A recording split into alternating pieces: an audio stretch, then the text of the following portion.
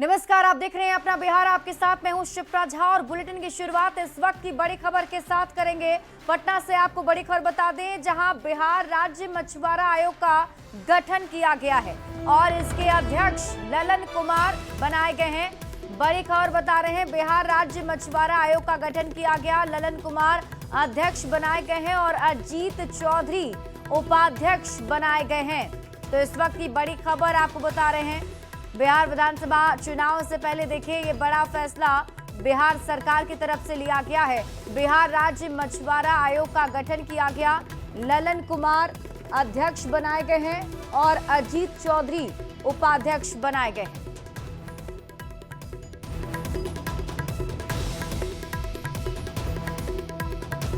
तो इस वक्त की बड़ी खबर आपको बता रहे हैं, बिहार राज्य मछुआरा आयोग का गठन किया गया है, जिसके अध्यक्ष ललन कुमार बनाए गए हैं और अजीत चौधरी इसके उपाध्यक्ष बनाए गए हैं।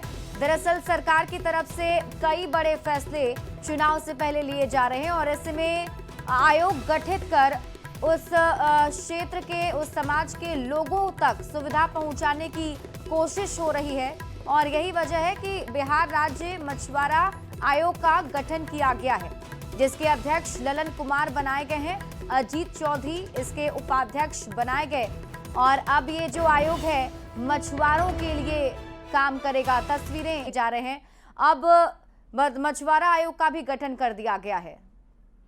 देखिए, निश्चित तौर पर मछुआरा आयोग का गठन करके नीतीश कुमार ने साफ कर दिया है, एनडीए की सरकार ने साफ कर दिया है कि बिहार में जो सैनी वोटर हैं, निषाद वोटर हैं, उन पर भी सरकार की निगाह है और मछुआरा आयोग का गठन एक बड़ा संकेत देता है कि सरकार की निगाह उस वोट बैंक पे है। और सबसे बड़ी बात है कि ललन कुमार जो बीजेपी के वरिष्ठ नेता हैं, उन्हें मछुआरा आयोग का अध्यक्ष बनाया गया और अजीत चौधरी जो जेडीयू से आते हैं उन्हें उपाध्यक्ष बनाया गया। इसके अलावा विद्यासागर निषाद जो पूर्व विधायक भी रहे हैं, वो भी जेडीयू से आते हैं, उन्हें सदस्य बनाया गया है और रेणु सिंह भी जेडीयू से आती है, उन्हें महिला सदस्य के तौर पर रखा गया और राजकुमार बीजेपी के तरफ से आते हैं। यानी कि 5 में से 3 जेडीयू के पास गया है और अध्यक्ष के पद सहित राजकुमार जो है वो बीजेपी से आते हैं। तो बीजेपी कोटे में 2 और 3 जेडीयू कोटा में गया। लेकिन सबसे बड़ी बात है कि मछुआरा आयोग के गठन से ये साफ हो गया, लगातार विपक्षी पार्टी भी कहता था कि राज्य में मछुआरा आयोग का गठन अब तक नहीं हुआ है। नीतीश कुमार ने मछुआरा आयोग का गठन करके सनी समाज को एक बड़ा मैसेज देने की कोशिश की है और चूंकि ये वोट बैंक बिहार में मायने रखता है विधानसभा चुनाव में और मुकेश सहनी लगातार इस वोट बैंक को अपने पाले में करने की कोशिश में लगे हुए हैं। तो जाहिर तौर पर मछुआरा आयोग के गठन से नीतीश कुमार ने एक बड़ा दाव चला है और सनी समाज को एक बड़ा मैसेज देने की कोशिश की है और जिन लोगों को इसमें सदस्य बनाया गया, अध्यक्ष और उपाध्यक्ष बनाया गया, वो भी अपने क्षेत्र में अपने जाति में विशेष पकड़ रखते हैं और यही वजह है कि समझिए कि इसमें जो सदस्य भी बनाए गए विद्यासागर निषाद, तो वो भी पूर्व विधायक रह चुके हैं। अजीत चौधरी भी 4 बार के विधायक रह चुके हैं और काफी वरिष्ठ नेता जेडीयू के माने जाते हैं। ललन कुमार भी बीजेपी के वरिष्ठ नेता है। इस तमाम लोगों को आनंद, आप इस खबर पर नजर बनाकर रखिए। शुक्रिया इस अपडेट के लिए। तो बड़ी खबर आपको पटना से बता रहे हैं, जहां देखिए बिहार राज्य मछुआरा आयोग का गठन किया गया है और इसे बिहार सरकार का एक मास्टर स्ट्रोक बताया जा रहा है। और जैसा कि इससे पहले मास्टर स्ट्रोक कैसे साबित हो सकता है, दरअसल बिहार में निषाद या यूं कहे मल्लाह जाति की जो आबादी है लगभग 34,10,093 है। कुल जनसंख्या का 2.6086% है। निषाद जाति बिहार में 20 अलग अलग समुदाय में विभाजित है, जो परंपरागत रूप से नदियों के किनारे काम करते हैं। चुनाव के लिहाज से निषाद समाज की भी खास भूमिका होती है और ऐसे में अब जब आयोग का गठन किया गया है तो इसे एक मास्टर स्ट्रोक फैसला माना जा रहा है। बढ़ते हैं आगे और बड़ी खबर आपको पटना से बता दें, जहां परसा बाजार थाना इलाके के यादवचक गांव में डायल 112 के कंट्रोल रूम में तैनात महिला सिपाही का शव उसके ही कमरे से मिला है। मृतका की पहचान महिला सिपाही कनक प्रिया के रूप में हुई। महिला सिपाही किराए के मकान में अपने पति के साथ रह रही थी। सिपाही कनक प्रिया के गले पर गहरे निशान पाए गए हैं। ऐसे में परिजनों ने महिला सिपाही की गला दबाकर हत्या की आशंका जताई है। मृतका के पति प्रभात कुमार और उसके परिजनों पर ही हत्या का आरोप लगा है। प्रभात कुमार बिहार पुलिस में कार्यरत हैं और वर्तमान में सरदार पटेल भवन में क्लर्क के पद पर नियुक्त हैं। पुलिस ने आरोपी पति को हिरासत में लेकर पूछताछ शुरू कर दी है। हम यहाँ आए तो हमको पता चला, पहले फोन गया कि मेरे बहन का डेथ हो गया है। तो हम यहाँ आए तो हमको पता चला कि मेरी बहन का कहीं पे कोई चोट का निशान नहीं है, सुसाइड का कुछ ये नहीं है। मेरा जीजा हमेशा बोलता था कि हम इसको मार देंगे। उसको मेरी बहन पतली थी और थोड़ा जो भी है उसको पसंद नहीं आता था और हमेशा बोलता था वो कि हम इसको मार देंगे। ये लड़की जो थी 112 डायल 112 ERSS के अंतर्गत कंट्रोल रूम में थी और लड़का पटेल भवन में एक कांस्टेबल के पद पर कार्यरत था। दोनों कांस्टेबल की जा रही है, पुलिस की कार्रवाई की जा रही है। बड़ा है उप मेयर का आरएसएस पर विवादित बयान को लेकर बीजेपी कार्यकर्ता और हिंदू संगठन के कार्यकर्ताओं ने निगम के ऑफिस में जमकर हंगामा किया। साथ ही उप मेयर नाजिया हसन का पुतला फूंका है। हंगामे को देखकर उप मेयर ने ऑफिस का दरवाजा बंद कर दिया, जिसके बाद प्रदर्शनकारियों ने दरवाजे पर भी तोड़फोड़ की। कार्यकर्ताओं ने नाजिया हसन से माफी मांगने की मांग की है। नाजिया हसन ने सोशल मीडिया पर आरएसएस की तुलना पाकिस्तान से की थी और इसे लेकर बीजेपी कार्यकर्ता और हिंदू संगठन के कार्यकर्ता गुस्से में हैं। बाद में पुलिस की मध्यस्थता पर नाजिया हसन ने माफी भी मांग ली। प्रदर्शनकारियों ने उप मेयर नाजिया हसन पर देशद्रोह का मामला दर्ज कर बर्खास्त करने की मांग की। साथ ही बर्खास्त नहीं करने पर प्रदर्शन जारी रखने की चेतावनी दी है। के बाहर की बात है।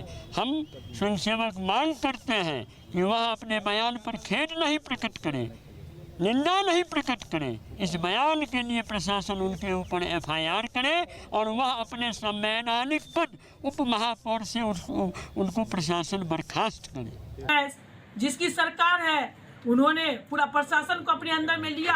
अब एक तरह से प्रशासन का दबाव बना करके मुझसे एक खेत प्रकट करा। मैं अपने कांग्रेस की विचारधारा से लड़ती हूँ। हमारे यहाँ पे जिला अध्यक्ष जी भी हैं जिन्होंने आदेश से मैंने एक खेत प्रकट किया। मैं ये कहना चाहती हूँ, मामला ये है कि डिप्टी मेयर जो है उनके द्वारा एक कंट्रोवर्शियल पोस्ट किया गया है फेसबुक पर। उसका संज्ञान लेते हुए RSS के और भी कुछ लोग राजनीतिक ये से उत्प्रेरित होकर आए थे। कुछ उनसे उन्होंने रिक्वेस्ट किया कि पोस्ट को डिलीट किया जाए और जो खेदजनक उन्होंने कुछ लिखा है उसको माफ़ी मांगी जाए। ये मानते हुए विचार विमर्श के बाद उन्होंने फेसबुक की पोस्ट को डिलीट कर दिया है और खेद प्रकट करते हुए एक नया पोस्ट किया है। और इस बीच आपको गोपालगंज से बड़ी खबर बताते हैं, जहां चलती बाइक में अचानक आग लग गई और धू कर बाइक। तो बड़ी खबर आपको गोपालगंज से बता रहे हैं। तस्वीर आपकी टीवी स्क्रीन पर, जहां देखिए चलती बाइक अचानक आग के गोले में तब्दील हो गई। भीषण आग लग गई। हालांकि अच्छी बात रही कि बाइक सवार बाल बच गया। खबर आपको खगड़िया से बताते हैं, जहां पुलिस ने मिनीगन फैक्ट्री का खुलासा किया है और पुलिस ने पौड़ा थाना के बसुआ गांव में छापेमारी कर मिनीगन फैक्ट्री का पर्दाफाश किया। पुलिस ने 2 देसी पिस्टल, 5 अर्धनिर्मित पिस्टल के साथ भारी मात्रा में हथियार बनाने वाले उपकरण बरामद किए हैं। साथ ही पुलिस ने 2 लोगों को गिरफ्तार भी किया। बाकी फरार लोग की गिरफ्तारी को लेकर पुलिस छापेमारी कर रही है। ये बसुआ दियारा है जो कोसी के पास में है। तो वहाँ पर इसको रेड किया गया और यहाँ पर मक्के के खेत में लगा हुआ एक मिनीगन फैक्ट्री वहाँ पर पकड़ी गई है, जिसमें 2 लोग गिरफ्तार हुए हैं। खबर मुंगेर से है, जहां नवनिर्मित सेप्टिक टैंक की शटरिंग को खोलने के लिए टैंक में उतरे 5 मजदूर बेहोश हो गए, जिसमें एक मजदूर की मौत हो गई है। मामला बरियारपुर थाना इलाके के नदिया गांव का है, जहां नवनिर्मित सेप्टिक टैंक की शटरिंग को खोलने के लिए टैंक में उतरे 5 मजदूर बेहोश हो गए। सभी को इलाज के लिए सदर अस्पताल में लाया गया, जहां एक मरीज को डॉक्टर ने मृत घोषित कर दिया है। उसको सेटरिंग किए थे और उसको खोलने के लिए गया था। अच्छा। हाँ, ढक्कन खोला और उसके अंदर खोल के घुसिए नहीं खोलेगा। हाँ। तो वो गर्मी सामना आ गया। कितना लोग था?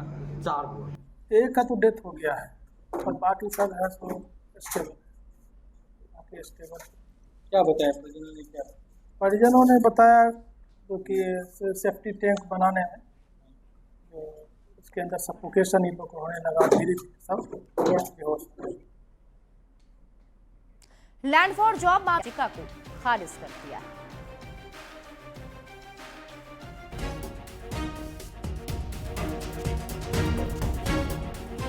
लैंड फॉर जॉब मामले में आरजेडी अध्यक्ष लालू प्रसाद की मुश्किलें कम होने का नाम नहीं ले रही। लालू प्रसाद को दिल्ली हाईकोर्ट से झटका लगा है। कोर्ट ने लालू प्रसाद की याचिका खारिज कर दी है और ट्रायल कोर्ट की कार्यवाही पर फिलहाल रोक लगाने से इनकार कर दिया है। बता दें कि लालू प्रसाद ने अपनी याचिका में सीबीआई की एफआईआर और चार्जशीट को रद्द करने की मांग की थी। साथ ही ट्रायल कोर्ट के आदेश को भी रद्द करने की डिमांड की गई थी। लालू प्रसाद के वकील कपिल सिब्बल ने कोर्ट में दलील देते हुए कहा कि केंद्रीय जांच एजेंसी सीबीआई ने बिना आवश्यक मंजूरी के ही जांच जारी रखा है, जबकि कानून कहता है कि बिना पूर्व अनुमति के जांच शुरू नहीं की जा सकती। कपिल सिब्बल ने बताया कि क्लोजर रिपोर्ट दाखिल होने के बाद सीबीआई की तरफ से साल 2020 में सीबीआई ने कपिल सिब्बल की दलील का विरोध किया था। सीबीआई की तरफ से अदालत को बताया गया कि लालू प्रसाद के वकील यहां जिस मुद्दे को उठा रहे हैं वह अभी सुप्रीम कोर्ट में पेंडिंग है। इस मुद्दे को सुप्रीम कोर्ट के 3 जजों की बेंच सुनवाई करेगी। जस्टिस रविंद्र डुडेजा की बेंच ने दोनों पक्षों की दलीलों को सुना। कपिल सिब्बल की दलील के बाद भी कोर्ट ने लालू यादव को राहत नहीं दी। अब इस मामले में अगली सुनवाई 12 अगस्त को होगी। लैंड फॉर जॉब का ये पूरा मामला साल 2004 से 2009 के बीच का है, जब लालू प्रसाद रेल मंत्री थे। आरोप है कि रेलवे में ग्रुप डी की नौकरी के बदले लालू प्रसाद और उनके फैमिली के नाम पर जमीनें ली गई थी, जिसकी जांच सीबीआई और ईडी कर रही है। न्यूज़ 18 के लिए दिल्ली से संवाददाता शंकर आनंद की रिपोर्ट। जनसुराज के संस्थापक प्रशांत किशोर ने कहा कि लालू प्रसाद का बेटा 9वीं फेल है, फिर भी लालू जी उनको मुख्यमंत्री बनाना चाहते हैं। बच्चों की चिंता क्या होती है अगर देखना है तो एक बार लालू जी को देखिए। लालू जी को अपने बच्चे का चिंता है। लालू जी का लड़का 9वां पास नहीं किया, लेकिन लालू जी को चिंता है कि हमारा लड़का बिहार का राजा बने। इसमें कोई गलती नहीं है। हम ये बात करते हैं तो बहुत आदमी के बुझाता कि हम लालू जी की शिकायत करता नहीं। अरे ना, हम तो लालू जी की तारीफ कर रहे हैं। लालू जी का लड़का 9वां पास नहीं किया, लेकिन लालू जी चाहते हैं कि हमारा लड़का बिहार का राजा बने। और आप अपना दशा देखिए, आपका लड़का मैट्रिक पास कर लिया, आईए बीए कर लिया, उसको चपरासी का भी नौकरी नसीब नहीं है, लेकिन आपको उसका कोई चिंता नहीं है।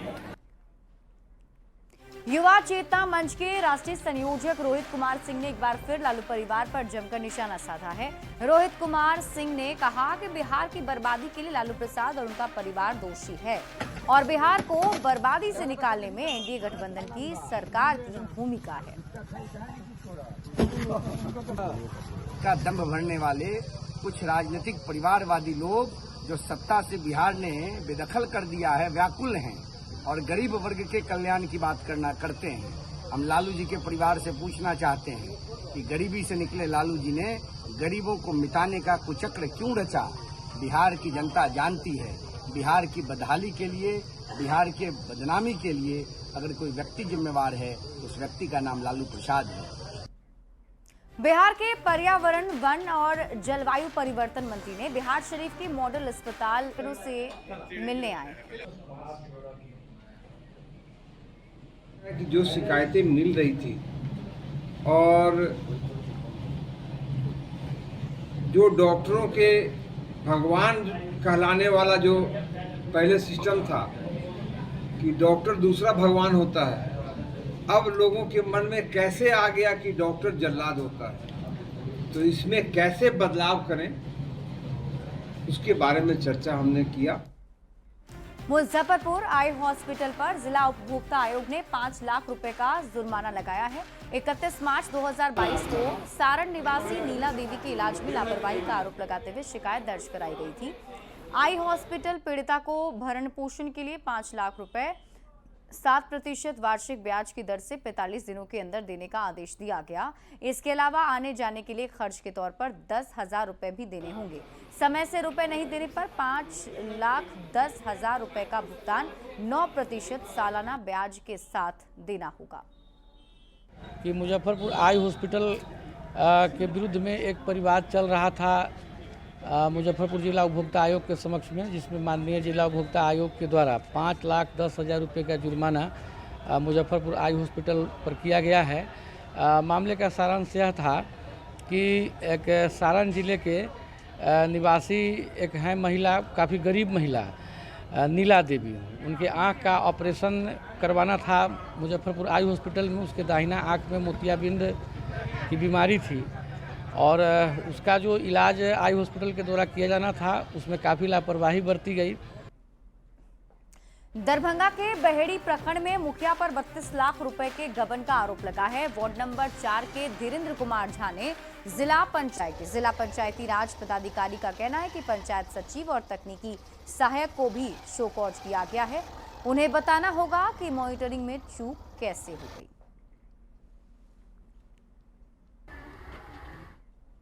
और फिलहाल इस बुलेटिन में अभी के लिए बस इतना ही। आगे देख लेते हैं इस वक्त की हेडलाइंस।